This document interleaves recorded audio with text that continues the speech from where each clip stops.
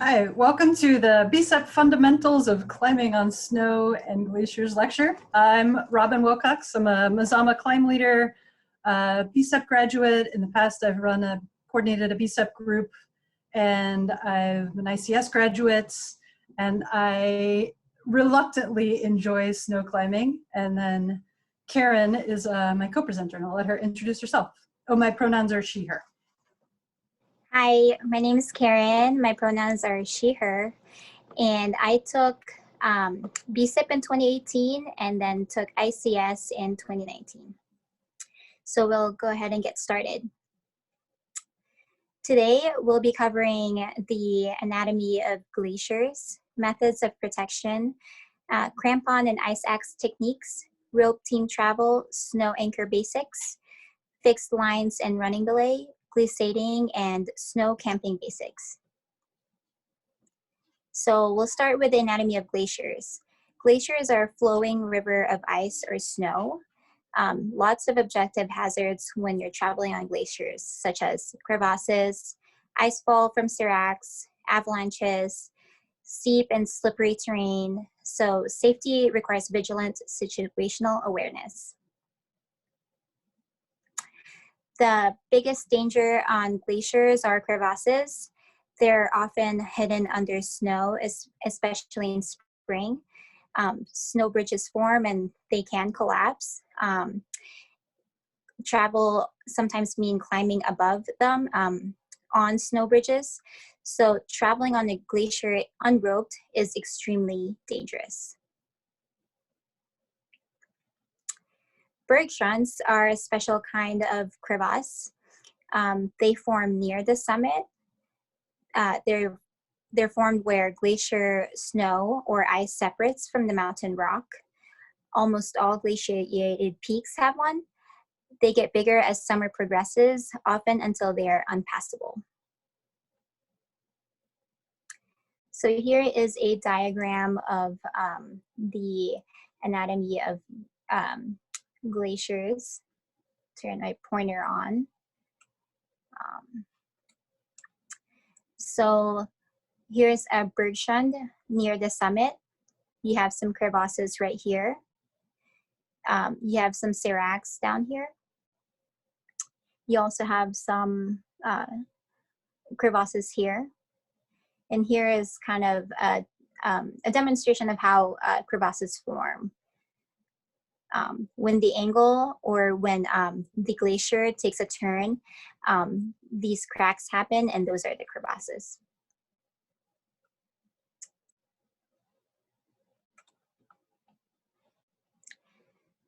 So now we're going to talk about methods of protection when traveling on snow. You can protect your travel when you're traveling unroped or when you're in a rope team. So when you're traveling unroped, you always want to practice good technique with your ice axe or crampons. You want to be able to do self-arrest or self-belay. And when you're traveling on a rope team, everybody should be able to team arrest, give quick belays, do a running belay, go through fixed lines, and then the leader be able to set up pickets, and the second to belay the leader as they set up the protection. So protecting outdoors is a balancing act between speed and safety. So the more you add protection, the slower the travel becomes. Being efficient is also a matter of safety in the outdoors. The slower you move, the longer you are outdoors, and the weather and conditions can change rapidly. So you have to balance like how much protection and then the speed at which the team is climbing, and also keeping in mind that you want to be efficient so that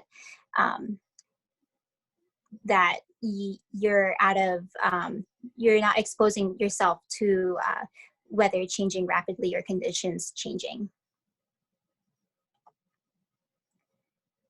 So now we're going to get into crampon techniques, and here are some tips. You want to keep your feet apart to save your pants and also to prevent yourself from tripping. Lift your feet higher than you normally do. Step firmly and trust the crampons. Properly fit the crampons to your boots before you climb. So you want to do this the night before your climb. You don't want to do this while you're on the mountain about to put your crampons on. Crampons are sharp, so don't kick yourself in the leg, don't kick someone else, and don't step on the rope.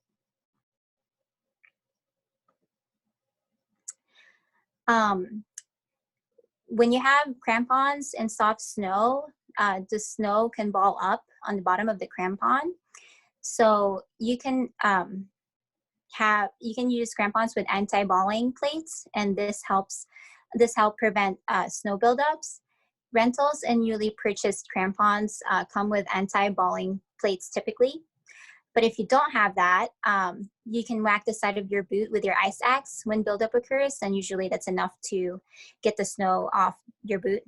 If it's really soft, consider removing crampons. You probably don't need them. So now we're going to talk about crampon techniques and ascending on hard snow and ice. So you want to keep your feet flat to the surface so that all crampon points are engaged. So as you can see here, the first picture is the correct technique. There's maximum crampon point contact. And then the second picture, you can see that only half of the crampons are engaged right here. So that's the incorrect technique.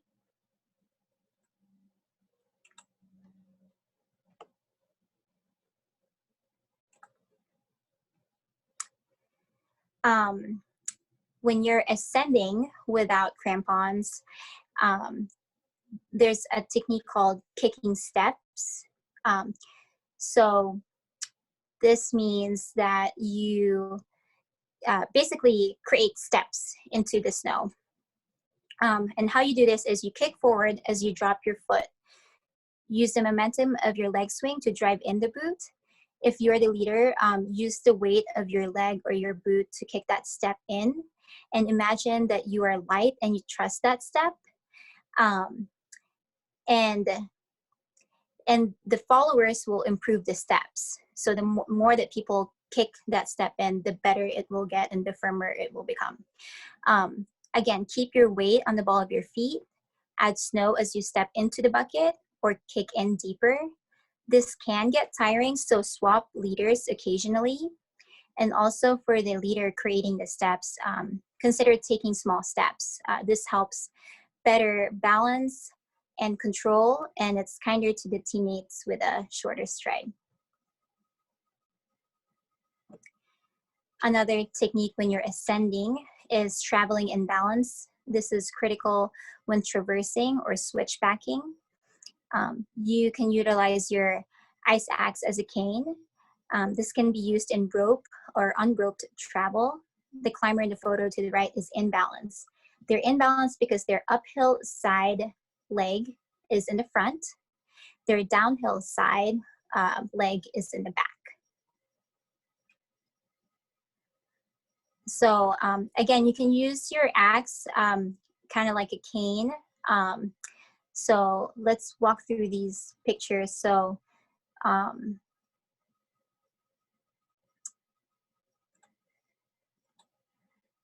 as you can see here, they're in balance, so they can move their axe forward. And then when they're out of balance, they can use the axe as a tripod to help them be stable. And then once you're stable, you get back into the balanced position, and then you repeat the steps. So when you're in balance again, you move your axe, and then you get up out of balance, and you're using your axe to stabilize yourself, and then you get back into balance again, and you just repeat that.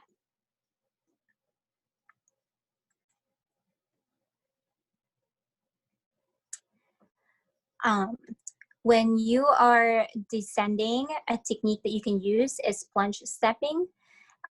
Basically, you drive your heel into the snow, creating a step. Keep the weight on your heels. Keep your knees bent. And you usually do this generally without crampons. So now we're going to talk about ice axe techniques. So here is your typical ice axe. You've got the head, you've got the adze right here, the pick, the shaft, and the spike. Here are the two grips you can do with your ice axe, your self-belay grip.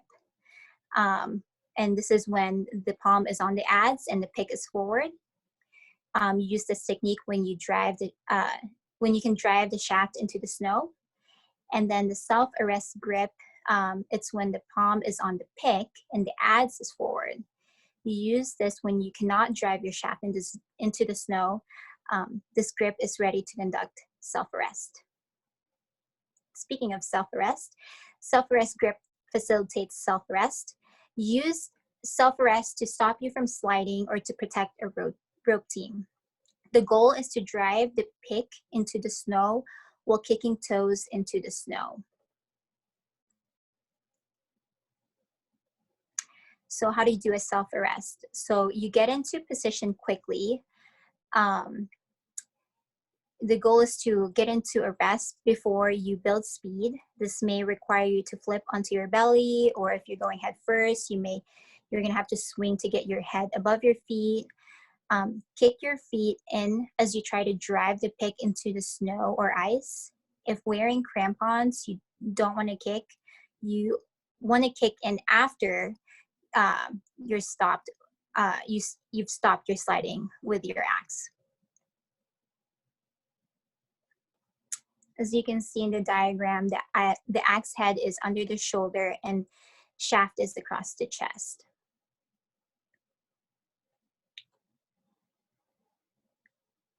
Okay, and the self-belay grip facilitates self-belay. You use this basically when you're like on steeper slopes and the snow is kind of soft, and you kind of just want to be more stable as you ascend that terrain. So you shove this shaft deep into the snow, and then if you slide for whatever reason, that shaft will hold your fall. And here are other ice axe techniques. The dagger techniques. You basically drive the pick into the snow with a single stabbing action. You use your other hand for balance as you move your feet.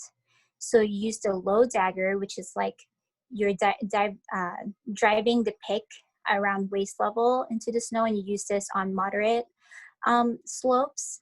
And then you use the high dagger, which is like around your head or a little bit above your head, and you use this on steeper terrain.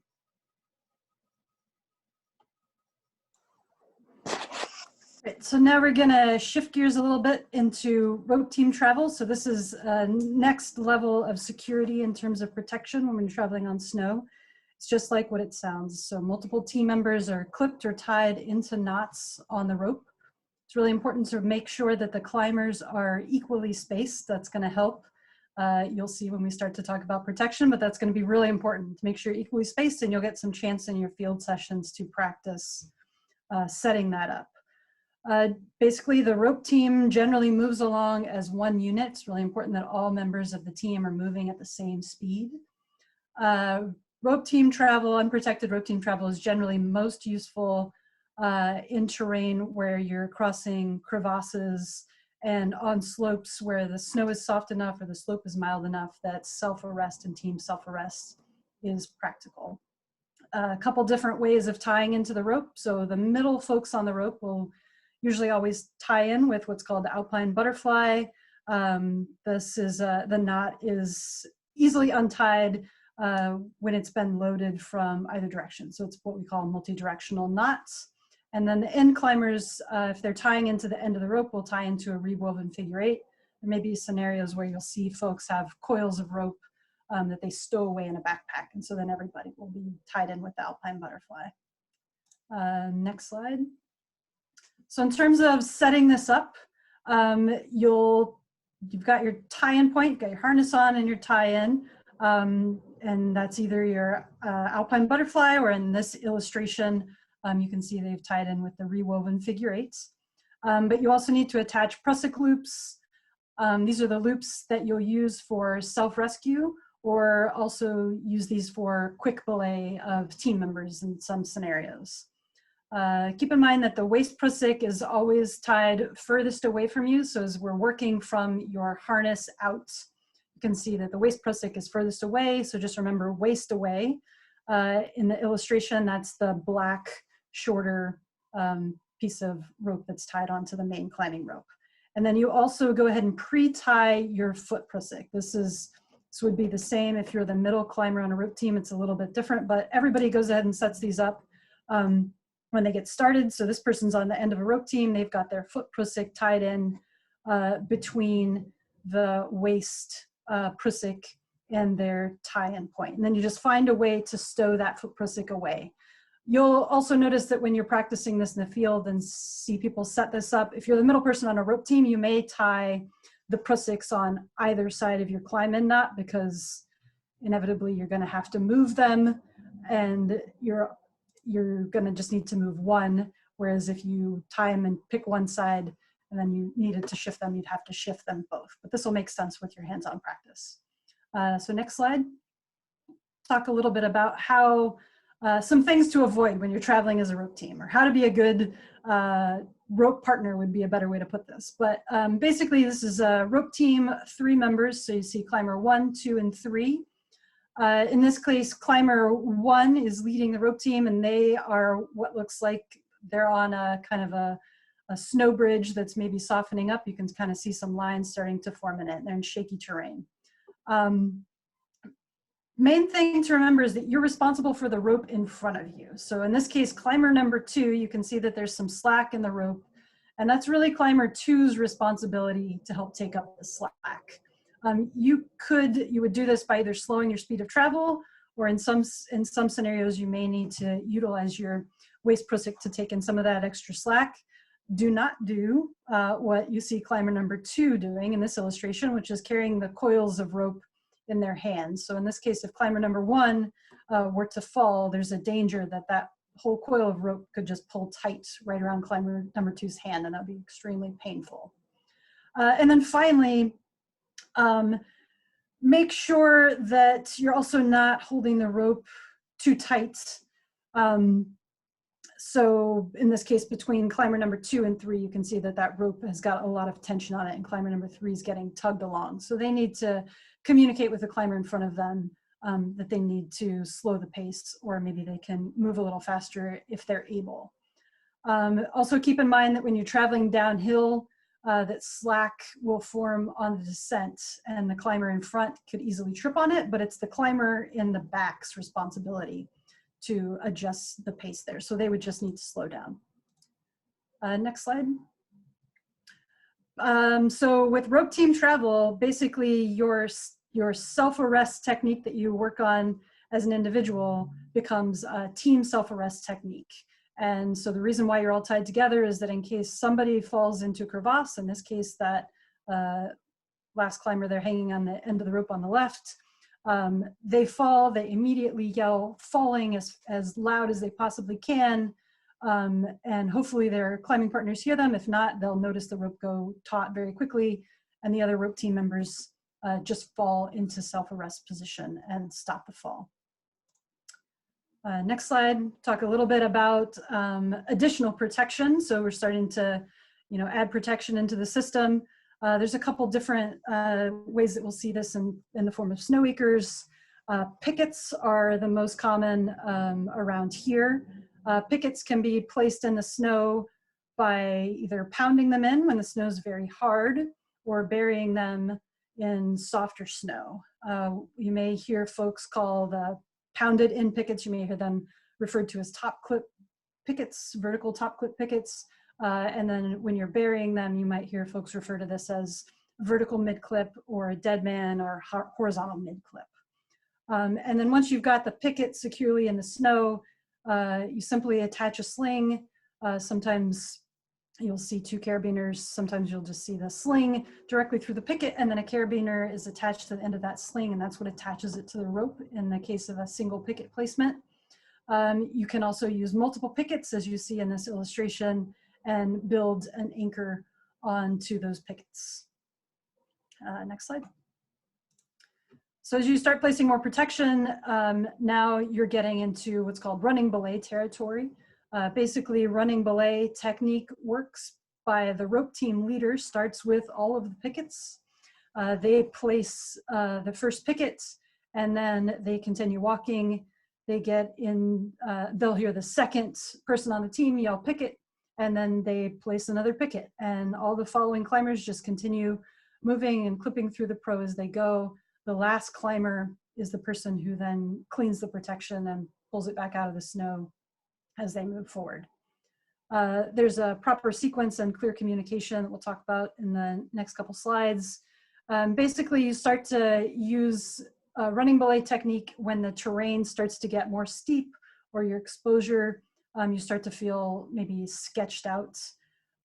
Or if you get into a situation where the snow starts to get more firm, essentially just whenever team self-arrest would not be sufficient to stop a fall.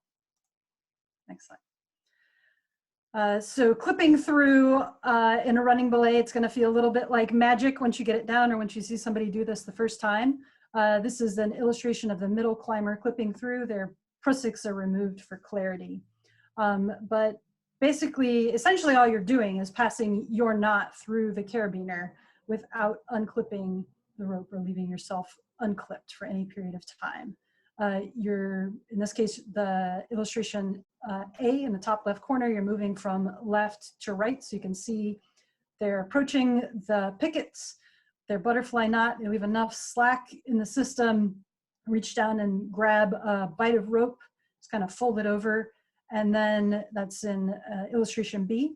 And then in C, in the lower left-hand corner, they've clipped that double strand of rope through the carabiner.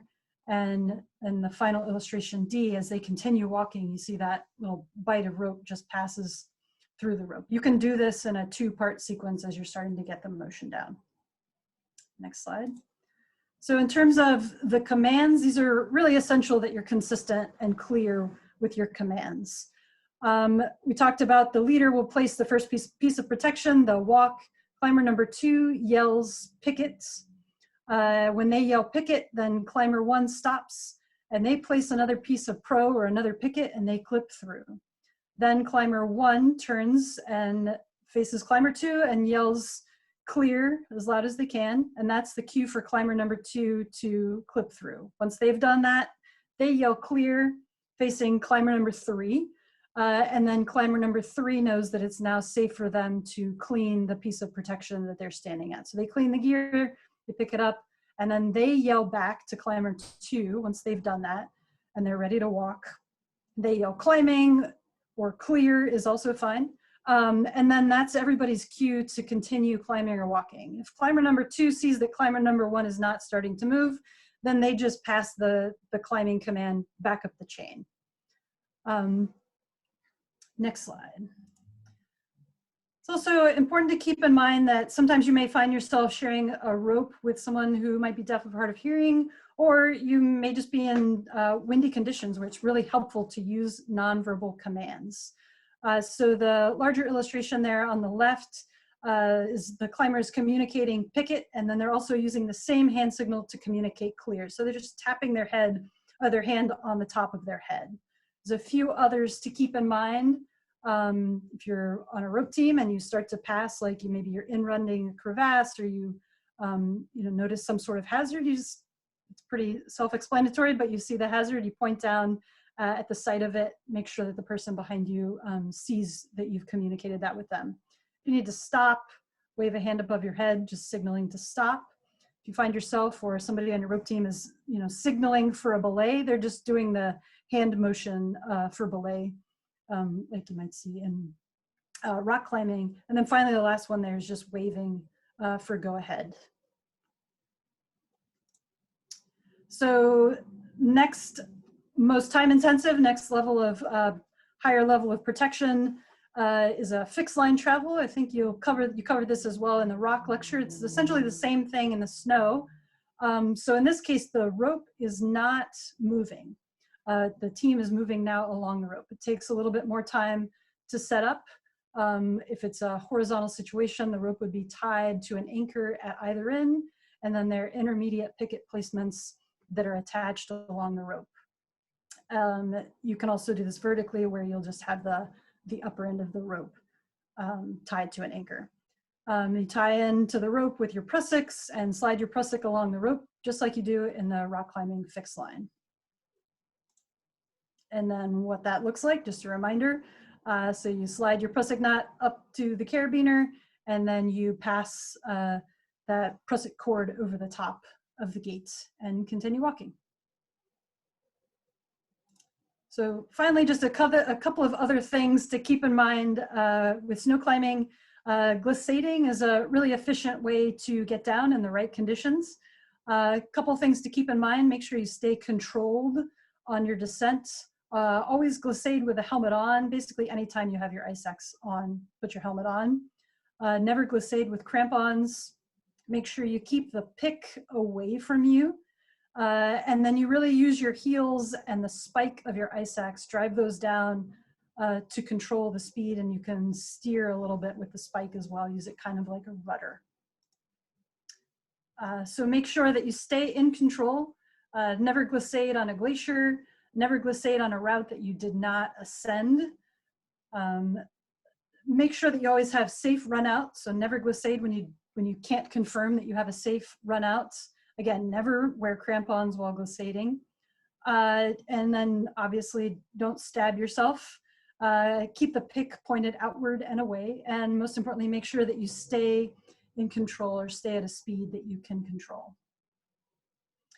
And then finally, most of the Mazama climbs that you'll see on the schedule are multi-day climbs, and so they might involve snow camping at some point for one night at least. We don't really get a chance to do hands-on snow camping practice, but you'll definitely get lots of opportunities in your sessions. So just make sure you're asking lots of questions of your leaders. Some folks may go out and do a demonstration, or get out and get to practice this. Really just a few things to keep in mind, and it's all about location. So you never want to set up your camping site in any area where you might be in avalanche terrain, or you're in a terrain trap. So if you're like below a slope that's in danger of sliding, or where you might see some rocks releasing. Make sure that you're protected from wind. You can do that with terrain by making sure that you're tucking into the trees where you can, or you can even build or you can utilize established rock rings ideally. And then make sure that if you're snow camping on a glacier, you're only snow camping on the compression zones, the areas where the glacier is concave. That means basically the areas where you're not going to be on crevasses. And that is all we have. Thanks so much for listening, and enjoy your snow session. Enjoy BSEP. Thanks.